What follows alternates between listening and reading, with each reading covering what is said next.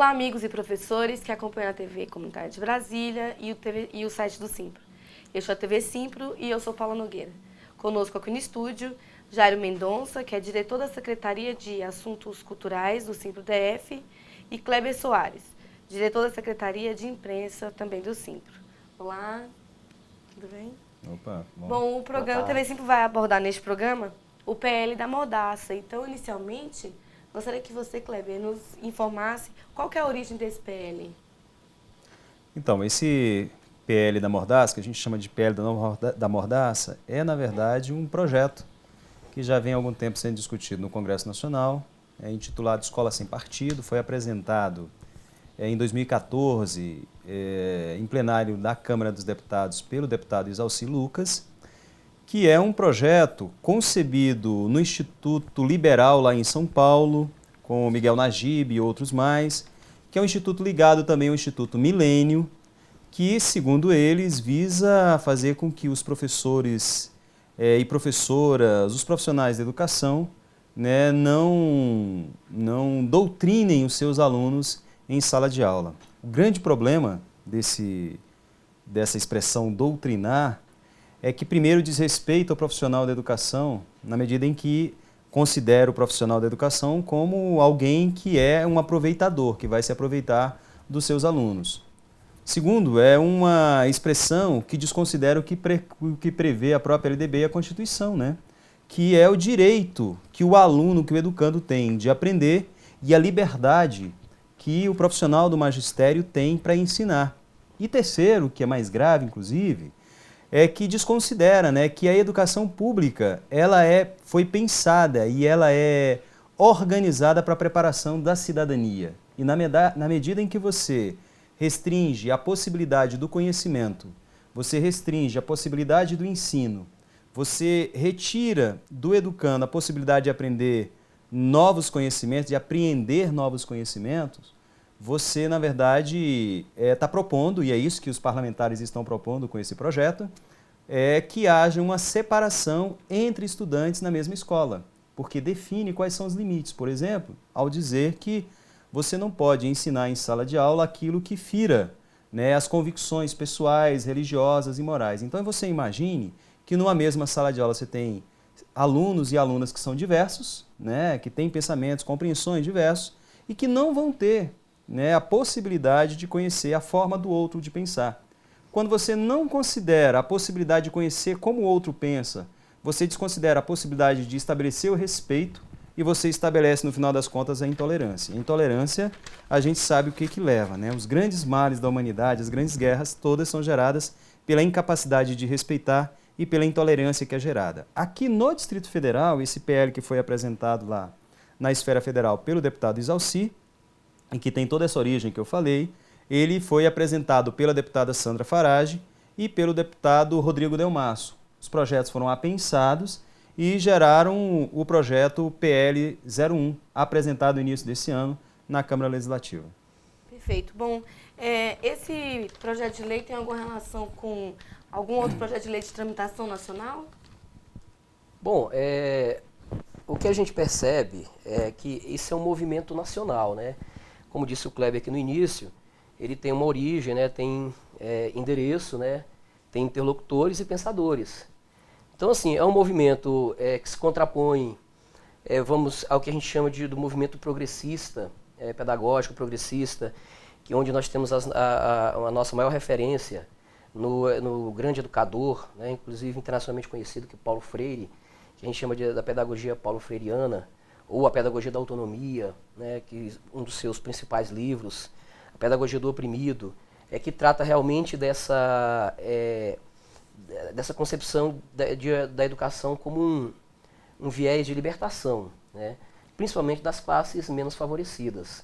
Ou seja, é uma educação que trabalha numa perspectiva igualitária, entende o ser humano não só como uma máquina, uma engrenagem do mercado de trabalho, que é também uma dimensão importante, no entanto é apenas uma dimensão, mas que vai para além disso, numa perspectiva de formação integral, né? E aí, como bem disse o Kleber aqui, já traz a questão do conceito da formação para a cidadania, né? E não tem como se pensar uma educação que seja libertadora, que seja emancipadora, né, que trabalhem as diversas dimensões do ser humano na sua totalidade, né, de forma integral, se não uma educação que seja diversa também, né, que passeie, né, pelos temas transversais, né, que hoje inclusive é cobrado no Exame Nacional de Ensino Médio, né. Então, assim, é uma proposta que ela tem é um movimento nacional, aliás, eu diria que seja internacional, né, mas que hoje o debate ele está na Câmara dos Deputados, né, na Câmara Federal, tem projeto de lei, inclusive de autoria de um deputado do Distrito Federal, né, o Exalci Lucas, e que agora está sendo proposto também por essa corrente para os estados e municípios também, né? Por isso essa discussão aqui no DF também. Perfeito. Bom, Jairo, esse PL... Só uma coisa, Paulinha, só para acrescentar, dizer o seguinte, olha, na discussão do PL, né, Jairo, tem uma das justificativas chama muita atenção, é um PL que diz, olha, a escola não pode ter partido, mas a justificativa, uma das justificativas usadas no PL é de que esse PL tem que se contrapor a uma forma de educação que tem alinhamento com o governo que está no comando do país há 12 anos. Então é um projeto que não faz uma leitura do processo educacional, mas faz um recorte político, né? É o uso do parlamento para fazer uma disputa que, na verdade, é eleitoral. O que, do nosso ponto de vista, é lamentável, porque desconsidera a importância da educação no desenvolvimento da sociedade. Perfeito. Bom, esse PL ele é constitucional? Na verdade, fica essa dúvida, né? Porque uma vez que fere os artigos e princípios da Constituição Federal e até mesmo da LDB, não é isso, Cleber? É isso mesmo. A LDB, ela em todos os momentos, ela fala da necessidade, né? Primeiro, da liberdade para aprender, da liberdade para ensinar, né? E fala do exercício da cidadania, fala do respeito à diversidade, da tolerância. Então, como é que você pensa um projeto de lei que pretende os seus autores pretendem que vire lei, como é que você pretende um projeto como esse, pensa um projeto como esse, que desconsidera isso, né? É aquilo que eu disse antes, desconsidera a possibilidade de você discutir em sala de aula a diversidade, né? Nós somos seres humanos diversos. Não é possível pensar uma educação que seja monolítica, que não entenda a diversidade, e é impossível de pensar uma educação que não trabalhe com os educandos, né, as diversidades que ele vai encontrar no dia a dia da sua vida. Nós não conseguimos preparar pessoas para se relacionar bem na sociedade, para ingressar no mercado de trabalho, pessoas que não tenham compreensão de que elas têm as suas características, mas o outro precisa ser respeitado por isso. A Lei de Diretrizes e Bases da Educação, em todos os momentos, a gente pega lá no artigo 206, se eu não me engano, né, Jairinho? Da LDB ou da Constituição, o 205 da Constituição, todos falam da necessidade de educação que prepare para a cidadania.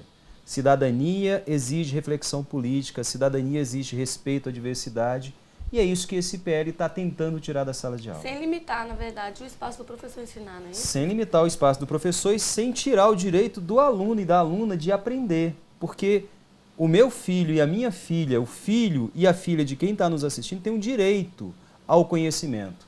E esse PL está tentando retirar o direito ao conhecimento. E faz mais.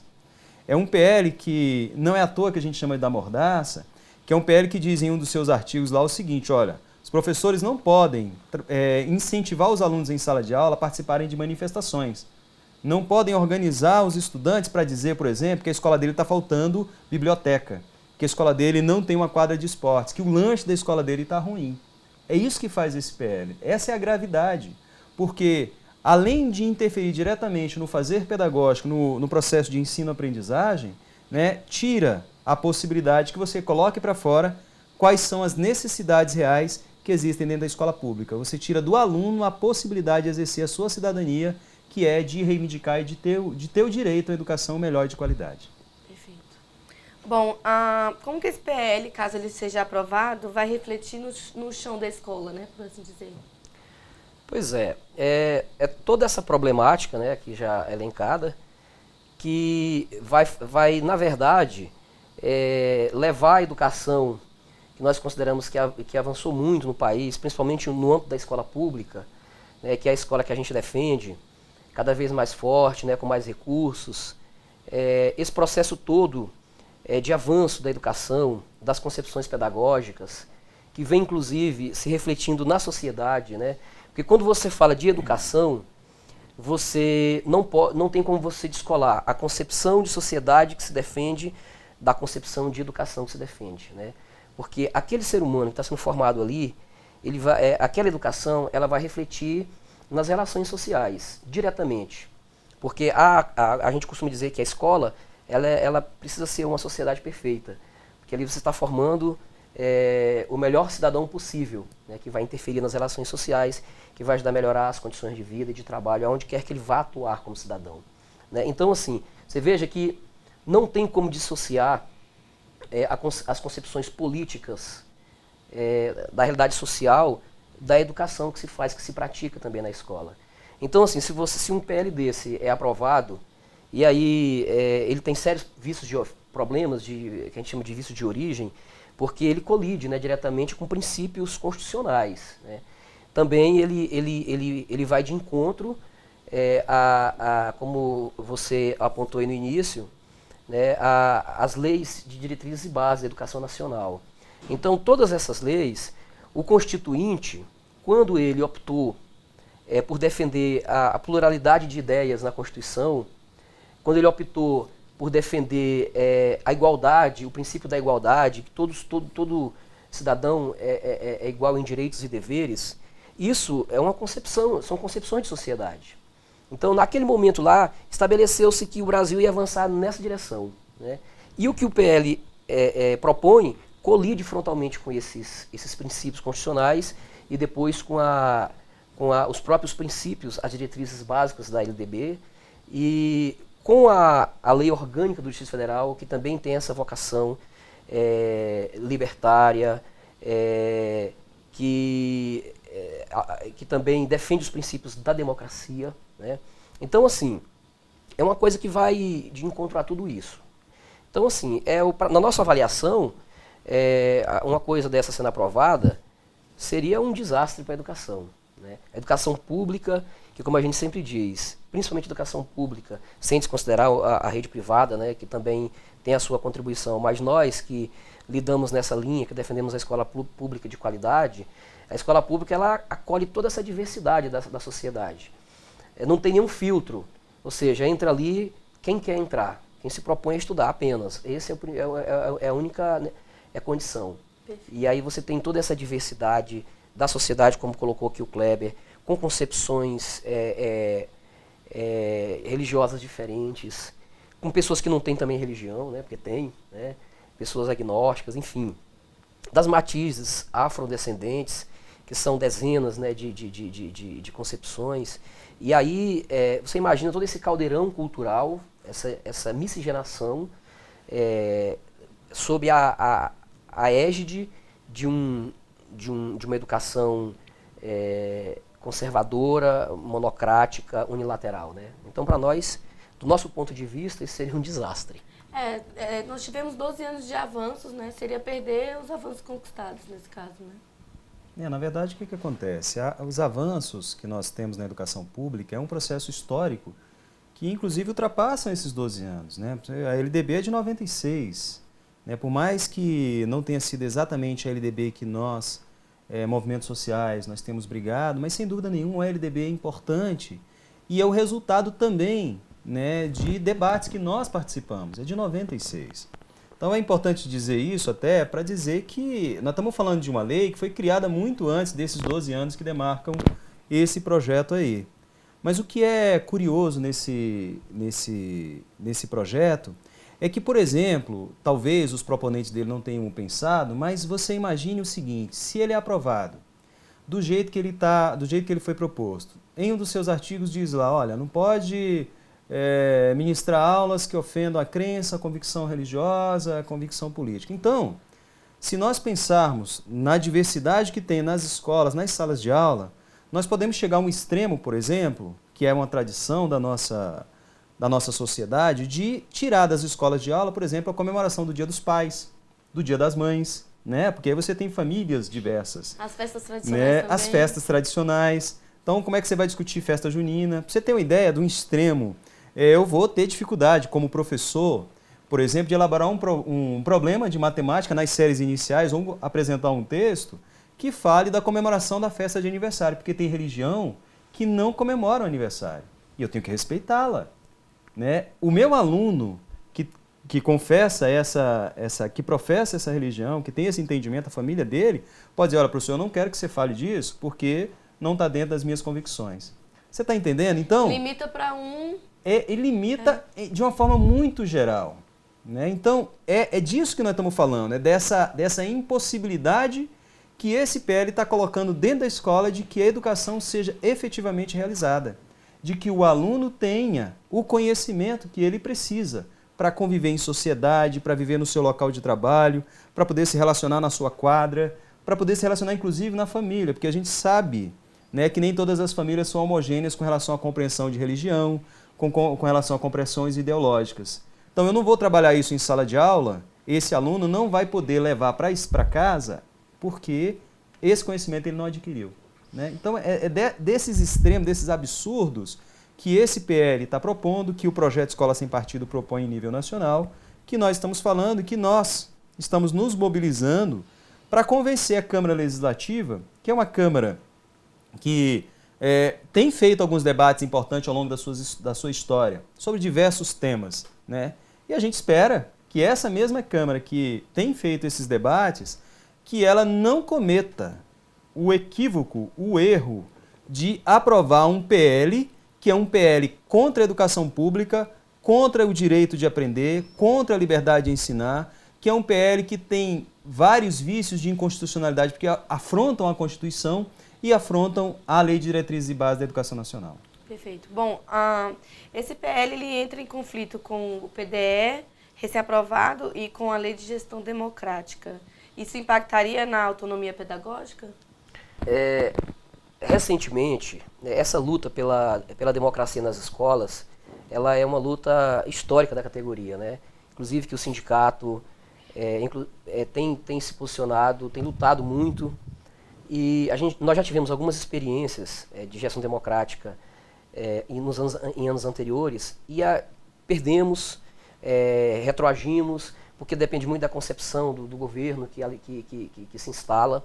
Então agora, em 2012, nós conseguimos novamente trazer para a educação, não só para as escolas, mas para o sistema de educação do DF, a perspectiva da democracia, aprovando a Lei 4.951, em 2012, que a gente chama de Lei da Gestão Democrática. E os princípios basilares, né, dessa lei são exatamente esses.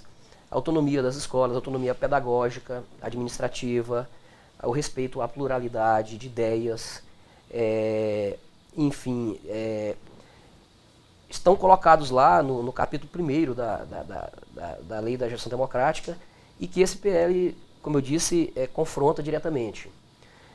A questão do Plano de Saúde e Educação, que nós conseguimos aprovar agora, nos últimos dias, também por força de uma lei maior, né, que é do Plano Nacional de Educação, que exige que seus estados aprovem até agora, o próximo dia 26, os seus planos decenais, né? Tanto os estados quanto municípios, no nosso caso aqui, especificamente o Plano Distrital de Educação, né?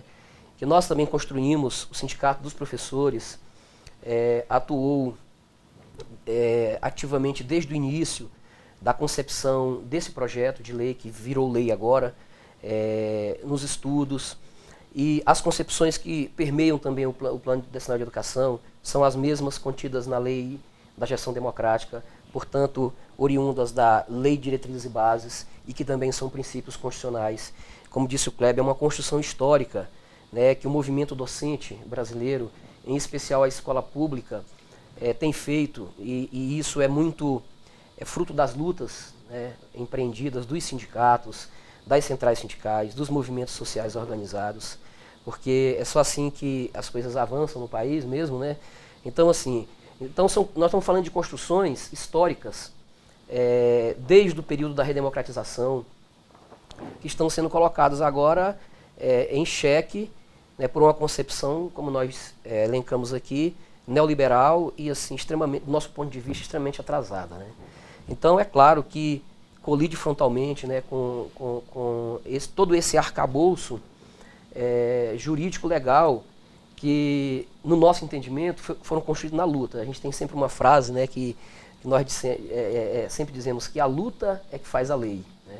Então, as leis elas se consolidam no parlamento a partir das lutas sociais, da pressão que os movimentos sociais exercem. Então, isso para nós é muito caro, né? E por isso essa mobilização, como disse aqui o Kleber, para que essa Casa Legislativa aqui do DF entenda, né, que a aprovação de uma lei como essa trará sérios danos, né, à educação brasileira, em especial à educação pública. Bom, Kleber, você falou pra gente a respeito de como isso influenciaria também no trabalho do professor dentro de sala de aula. Mas você pode dar alguns exemplos para a gente compreender melhor, dependendo da disciplina, de que forma isso afetaria a vida do aluno e do professor? Olha só, tem um exemplo que é bastante característico, né, que é um debate que é muito latente, né, na sociedade, que é a origem do ser humano, a origem das espécies, né? Então, se eu sou de uma família religiosa que tem a compreensão da teoria do criacionismo, que Deus criou tudo e tudo mais, e eu acredito nisso, né, e estiver na sala de aula com um aluno que tem essa mesma compreensão, eu não vou poder, por exemplo, trabalhar com ele a teoria da evolução de Darwin, que é o evolucionismo, né? Por quê? Porque isso vai ferir a compreensão, a crença desse aluno. Então, esse aluno vai ter tirado dele o direito de entender, pelo menos de saber que existe uma outra forma de compreender o mundo. Então, esse aluno não vai ter esse entendimento. Outra coisa, por exemplo, nas séries iniciais, aquilo que eu disse antes, né? Dependendo do que eu vá trabalhar nas séries iniciais, que é de 1º ao 5º ano, se eu for falar um tema de festa, de festividade, de comemoração, de data de aniversário, eu não vou poder falar disso, não vou poder trabalhar isso, porque tem confissões religiosas que não admitem a celebração do aniversário, entende? Então, esses tipos de... Eu, professor de História, eu estou lá trabalhando a Idade Média, então, de repente, eu não vou poder trabalhar a Idade Média porque a minha turma tem muitos católicos que tem uma linha mais conservadora, que tem uma compreensão diferente, né, daquele período da Idade Média, que para muitos foi uma idade complicada para o conhecimento humano, mas eu não vou tratar daquilo porque eu vou agredir a fé do meu aluno. Então, ele não vai ter a possibilidade de ter uma outra leitura, um outro olhar. Uma parcela, né, ficaria, inclusive, prejudicada. Né? Na verdade, a maior parcela dos alunos ficariam prejudicadas. Você imagine, por exemplo, que numa sala eu tenha alunos que são de religiões de matriz africana, eu não vou trabalhar com os meus alunos de matriz africana a compreensão do mundo a partir da ótica cristã, porque eu vou estar agredindo eles. Você está entendendo? Então, é disso que nós estamos falando, né? É dessa impossibilidade que vai ser colocada dentro da sala de aula. Então, na medida em que eu não trabalho essas coisas dentro da sala de aula, essa diversidade em sala de aula, eu não preparo o meu aluno para o exercício da cidadania, né? Eu não preparo o meu aluno para que ele intervenha efetivamente na sociedade. E na hora que o aluno não está preparado, que o jovem, que a criança não é preparada para fazer isso, para viver em sociedade, para aprender, para entender que há uma diversidade na sociedade, como é que eu posso pensar numa sociedade que vai evoluir do ponto de vista humano e social? Porque esse aluno não vai ser preparado para fazer essa intervenção. Acrescentar uma questão, assim, que nessa linha do que o Kleber coloca, que é importante, porque existe essa confusão hoje generalizada de você entender, por exemplo, que o Estado brasileiro ele tem o princípio da laicidade, que também é um princípio constitucional. Como dissemos no início aqui, foi uma opção que os constituintes fizeram por entender o Estado brasileiro como laico. Isso não significa que o Estado é ateu. Não é isso. Até porque a nossa sociedade ela é feita de uma pluralidade enorme, né, de matizes, né, diversas, né, de religiões, tanto da linhagem afrodescendente, como também, enfim, né, dos pentecostais, neopentecostais, os católicos, enfim, né, só para citar algumas, né, porque é uma diversidade muito maior. E também daqueles que têm o direito de não professar nenhum credo. Eles têm que ser respeitados também. Professor, eu não acredito, tenho que ser respeitado por isso. Então, a laicidade é isso, é a tolerância religiosa, o respeito, na verdade, né? Eu acho que a gente tem que até avançar de tolerância para respeito.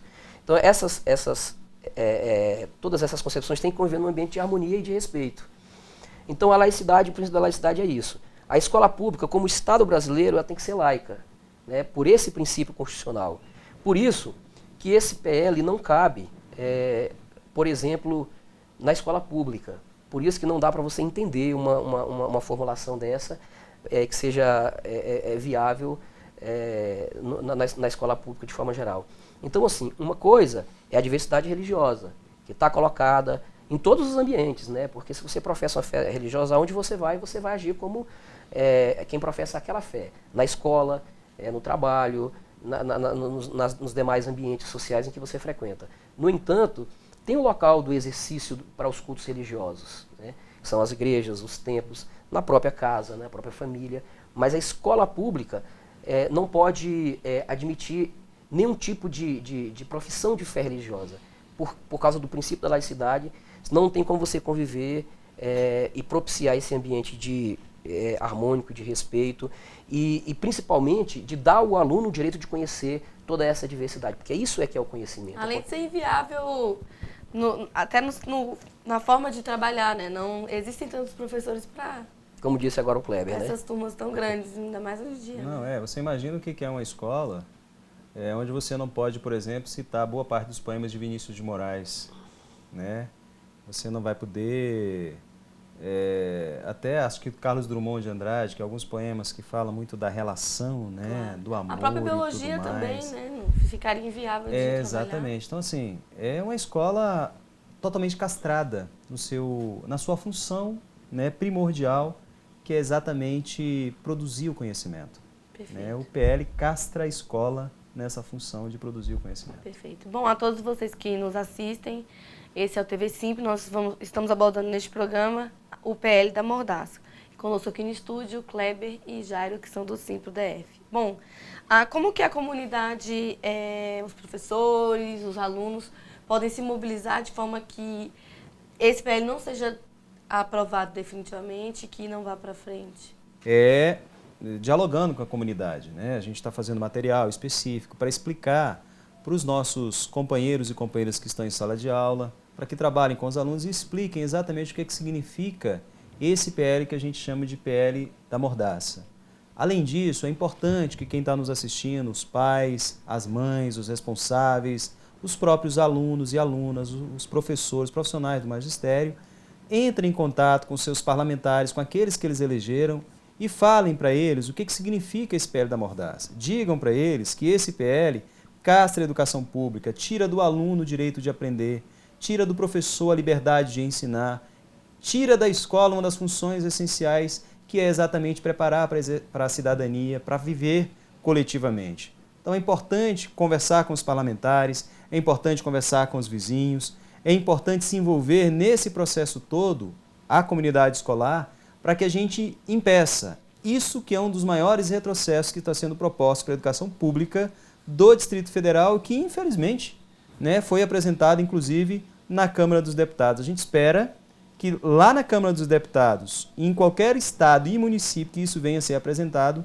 não seja aprovado e não seja implementado. E aqui no Distrito Federal, que é a capital do país, né, de um país que é tão jovem na sua democracia, que tem uma Constituição tão jovem, que é uma Constituição cidadã, e por isso mesmo, né, é chamada de Constituição cidadã, porque trabalha, né, espera que os seus cidadãos tenham efetivamente o direito de exercer sua cidadania, prevê que a escola trabalhe o exercício da cidadania. Uma Constituição como essa, um país com a democracia que nós temos, que estamos consolidando, não cabe um PL conservador, um PL atrasado, um PL que desconsidera a diversidade, que é uma das mais belas características do nosso país, da nossa sociedade. Perfeito. Bom, o TV Simples está chegando ao fim.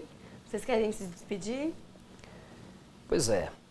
Então, a gente conclui aqui esse bate-papo com esperança, que é aquilo que não pode faltar nenhum educador, né? Educador que a gente sabe que a educação, principalmente na escola pública, ela perpassa o simples ato de você ensinar e aprender, né? Porque tem envolvimento, envolve sonhos, principalmente de um mundo melhor, de um país menos desigual, né? Com menos injustiças. E é nisso que a gente aposta e é por isso que a gente luta. Cada professor, né, da escola, principalmente da escola pública de Brasília, do sistema público hoje de Brasília, está convidado a conhecer o teor desse projeto e ajudar na mobilização. Temos uma audiência pública quinta-feira às 15 horas. Às 15 horas, que vai chamada exatamente por um grupo de parlamentares que estão preocupados, né, com a possibilidade desse projeto vir a ser aprovado. E nós também estamos ajudando na mobilização. Então todos estão convocados, né, ali na Câmara Legislativa do DF para poder inquirir os deputados sobre essa proposta, porque nem todos, inclusive, têm conhecimento do que está sendo proposto e do que pode ser aprovado. Quem tem com a esperança de que esse retrocesso não irá acontecer, é que a gente deixa aqui essa convocação, né, através do nosso sindicato, Sindicato dos Professores, esse convite para que os professores da escola pública, os pais, a sociedade em geral, que entendem o que está em jogo, né, possam se mobilizar para se contrapor à aprovação dessa coisa que está colocada aí, que nós caracterizamos como o PL da mordaça. Né? Então é isso. Obrigado pela atenção. Eu quero agradecer mais uma vez, Paulo, né, por esse espaço que é nosso, eu sei, mas é importante, e chamar a quem está nos assistindo para que se mobilize, para que conheça, né, esse PL 01, para verificar exatamente que aquilo que nós estamos dizendo aqui não se trata de terrorismo, não é nenhuma forma de tentar assustar a comunidade por algo que não tem importância. Tem importância porque esse é um projeto que limita a educação pública, que tira dos nossos filhos e filhas o direito a aprender, que retira do professor a liberdade para ensinar, que tira da educação pública a sua função essencial, que é preparar para a cidadania, para o respeito, mais do que para a tolerância, para o respeito e para a convivência em sociedade. Uma educação pública que não prepara para a cidadania é uma educação pública que é limitada e que dificilmente vai produzir indivíduos capazes de produzir uma sociedade melhor. Então a gente gostaria, só reforçando o que o Jairinho disse, de convidar todos e todas para essa audiência pública no dia 25, às 15 horas, na Câmara Legislativa, e mais, para que cada um e cada uma possa mobilizar a sua comunidade, a sua comunidade escolar, para esse momento, porque esse momento é essencial para a educação pública. Perfeito. Bom, nós da TV Comunitária agradecemos a presença de vocês aqui. É sempre um prazer poder aprender, na verdade, né? Não só a categoria que nos assiste, mas a todo o nosso público da TV Comunitária de Brasília.